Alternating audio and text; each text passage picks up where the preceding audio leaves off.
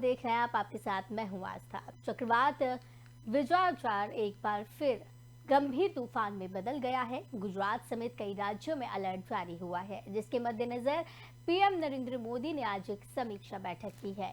अरब सागर में उठे चक्रवात विपर्जॉय, जो पहले पाकिस्तान के तट की ओर जाता हुआ लग रहा था, अब अपना रास्ता बदल चुका है। भयंकर तूफान में तब्दील हो चुका विपर्जॉय अब उत्तर पूर्व दिशा में बढ़ता हुआ दिख रहा है। मौसम विज्ञान विभाग ने ताजा बुलेटिन में कहा है कि 15 जून को ये उत्तरी गुजरात तट से टकरा सकता है। चक्रवात विपर्जॉय का खतरा लगातार बढ़ता जा रहा है। मौसम विभाग ने कई राज्यों को चेतावनी जारी कर दी है। अब ये तेजी से गुजरात के तट की तरफ बढ़ रहा है। इससे राज्य के तटीय इलाकों में भारी तबाही हो सकती है। यही नहीं, चक्रवाती तूफान से मुंबई और अहमदाबाद में फ्लाइट्स पर भी असर पड़ा है। चक्रवाती तूफान विपर्जॉय पाकिस्तान के तटीय इलाकों की तरफ भी बढ़ रहा है। पाक मौसम विभाग की माने तो ये तूफान 150 किलोमीटर प्रति घंटे की रफ्तार से आगे बढ़ रहा है। यहाँ मूसलाधार बारिश से अभी तक 34 लोगों की मौत हो चुकी है। चक्रवाती तूफान विपर्जॉय की चेतावनी के बीच कांडला पोर्ट को खाली करवा दिया गया। जहाजों को समुद्र में भेजा गया है। चक्रवाती तूफान विपर्जॉय की चेतावनी के बीच गुजरात के कच्छ में कांडला में दीनदयाल बंदरगाह प्राधिकरण के अधिकारियों ने निचले इलाकों से लोगों को अस्थायी आश्रयों में स्थानांतरित करना शुरू कर दिया है।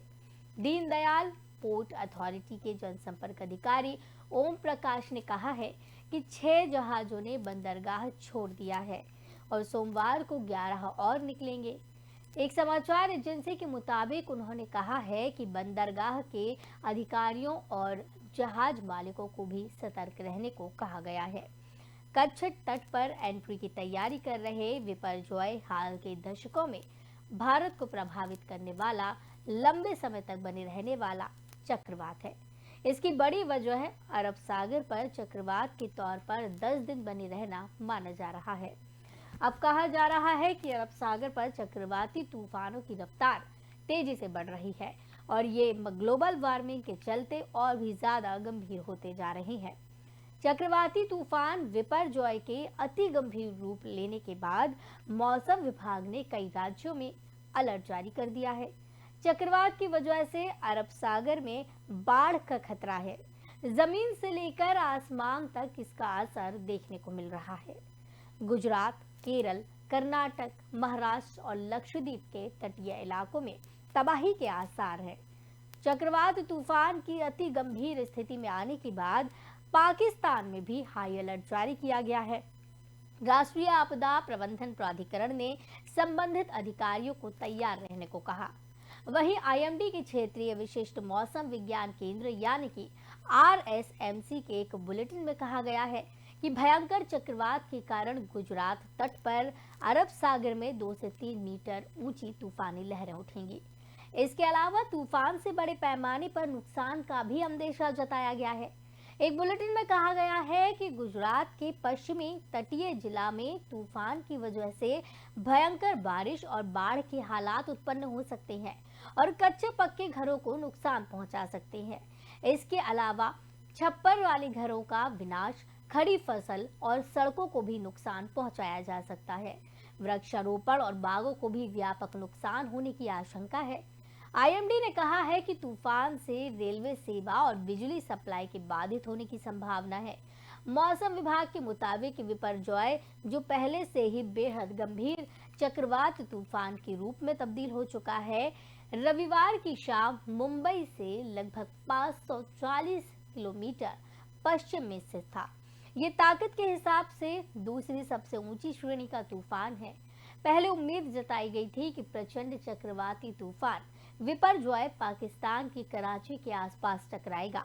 अब रास्ता बदलने से यह गुजरात के कच्छ जिले और पाकिस्तान के कराची तट के बीच 15 जून को टकरा सकता है। मौसम कार्यालय ने तटीय महाराष्ट्र के कुछ जिलों के लिए आंधी का अलर्ट भी जारी कर दिया है।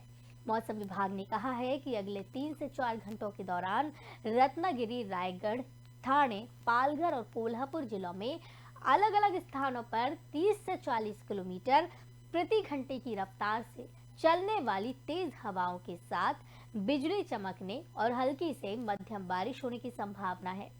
सावधानी जरूर बरतें। चक्रवात विपर्जॉय के गुरुवार को गुजरात और पाकिस्तान के तटों पर लैंडफॉल करने की भी उम्मीद है। मौसम अधिकारियों ने कहा है कि कच्छ, जामनगर, मोरबी, गिर सोमनाथ, पोरबंदर और देवभूमि द्वारका ऐसे जिलों में 13 से 15 जून के दौरान भारी वर्षा और बहुत तेज हवा की गति वाले चक्रवात से प्रभावित होने की संभावना है। चक्रवात तूफान 150 किलोमीटर प्रति घंटे की रफ्तार से बढ़ रहा है। रविवार की शाम जारी चक्रवात बुलेटिन में कहा गया कि 14 जून की सुबह तक तूफान के लगभग उत्तर की ओर बढ़ने की संभावना है। फिर ये उत्तर पूर्व की ओर बढ़ सकता है और 15 जून की दोपहर तक गुजरात में मांडवी और पाकिस्तान ने कराची के बीच सौराष्ट्र और कच्छ और पाकिस्तान के आसपास के तटों से टकरा सकता है। एक अधिकारी ने बताया कि 13 से 15 जून के बीच भारी बारिश होने और 150 किलोमीटर प्रति घंटे की रफ्तार तक हवा बहने से कच्छ, जामनगर, मोरबी, गिर सोमनाथ, पोरबंदर और देवभूमि द्वारका जिलों के चक्रवात से प्रभावित होने की संभावना है। भारत मौसम विज्ञान विभाग यानी कि आईएमडी ने रविवार को कहा कि सौराष्ट्र, कच्छ और कराची तट से 15 जून की दोपहर 125 से 130 किलोमीटर प्रति घंटे से लेकर 150 किलोमीटर प्रति घंटे तक की गति वाली हवा के साथ चक्रवात के गुजरने की अत्यधिक संभावना है। राहत आयुक्त आलोक पांडे ने कहा है कि गुजरात के मुख्यमंत्री भूपेंद्र पटेल ने तटीय जिलों के जिलाधिकारी, सेना, नौसेना और भारतीय तटरक्षक के प्रतिनिधियों और विभिन्न विभागों के अधिकारियों के साथ बैठक की है। पांडे ने कहा कि विभिन्न विभागों के अधिकारियों को निर्देश दिए गए हैं कि वे तटीय जिलों में चक्रवात के प्रभाव को कम करने के लिए पहले से तैयारी करें और समन्वय स्थापित करें। उन्होंने कहा है कि इसके प्रभाव से निपटने के लिए गुजरात सरकार तटीय क्षेत्रों में एनडीआरएफ और एसडीआरएफ की कई टीमों को तैनात कर रही है। साथ ही सरकार तट रेखा से 5-10 किलोमीटर के दायरे में रहने वाले लोगों के लिए 6 जिलों में आश्रय स्थल स्थापित करेगी। पांडे ने कहा है कि बैठक में मुख्यमंत्री ने सभी विभागों को चक्रवात से प्रभावित होने की संभावना वाले जिलों के जिलाधिकारियों के साथ समन्वय में अधिकतम संभव राहत व बचाव कार्य करने के निर्देश दिए हैं। मुख्यमंत्री ने ये जिम्मेदारी तटीय जिलों के वरिष्ठ मंत्रियों को दी है, जो चक्रवात के संभावित प्रभाव को ध्यान में रखते हुए आपदा प्रबंधन कार्य की योजना बनाने और उन्हें क्रियान्वित करने में स्थानीय प्रशासन की मदद करेंगे। मुख्यमंत्री कार्यालय यानी कि सीएमओ ने एक बयान में कहा है कि ऋषिकेश पटेल, कानुभाई देसाई, राघवजी संघवी, जगदीश विश्वकर्ता और पुरुषोत्तम सोलंकी को उन जिलों में पहुंचने के निर्देश दिए गए हैं जहां उन्हें जिम्मेदारी सौंपी गई। आईएमडी ने कच्छ, देवभूमि, द्वारका, पोरबंदर, जामनगर, राजकोट, जूनागढ़ और मोरी जिलों में 14 से 15 जून को भारी बारिश होने की चेतावनी जारी की है। आईएमडी ने बुलेटिन में कहा कि 14 जून को कुछ स्थानों पर भारी से बहुत भारी बारिश होने की संभावना है। प्रभावित जिलों में 15 जून को छिटपुट स्थानों पर बहुत भारी बारिश होने की संभावना है। मौसम विभाग ने कहा कि पूर्वी मध्य अरब सागर के ऊपर सक्रिय विपर्जॉय रविवार शाम 4:30 बजे 8 किलोमीटर प्रति घंटे की रफ्तार से उत्तर पूर्वी की ओर बढ़ गया। आईएमडी ने प्रभावित होने वाले क्षेत्रों में मछली पकड़ने से बंदी गतिविधियों को पूरी तरह से रोकने की सलाह दी है और मछुआरों को 12 से 15 जून के बीच मध्य अरब सागर और उत्तरी अरब सागर और 15 जून तक सौराष्ट्र कच्छ तटों के पास ना जाने के निर्देश भी दिए हैं। आईएमडी ने समुद्र में उतरे लोगों को तट पर लौटने और अपतटीय और तटवर्ती गतिविधियों को विवेकपूर्ण ढंग से नियंत्रित करने की सलाह दी है।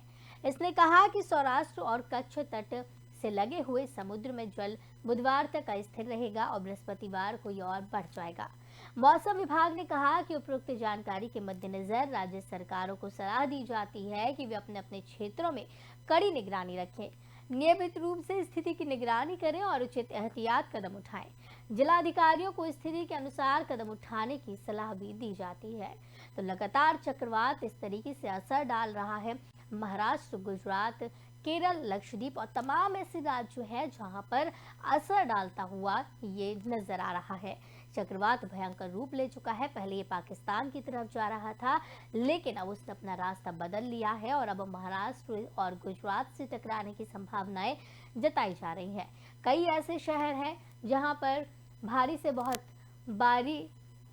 बारिश की संभावना जताई गई है और चक्रवात को लेकर प्रधानमंत्री नरेंद्र मोदी ने भी आज बैठक की और तमाम समीक्षा इस दौरान की गई है। किस तरीके से गुजरात, महाराष्ट्र और तमाम राज्यों में आसपास के ये चक्रवात तबाही मचा रहा है, कितना नुकसान यहाँ किया जा सकता है। बताया जा रहा है कि इस दौरान कई लोगों की जान भी चली गई है।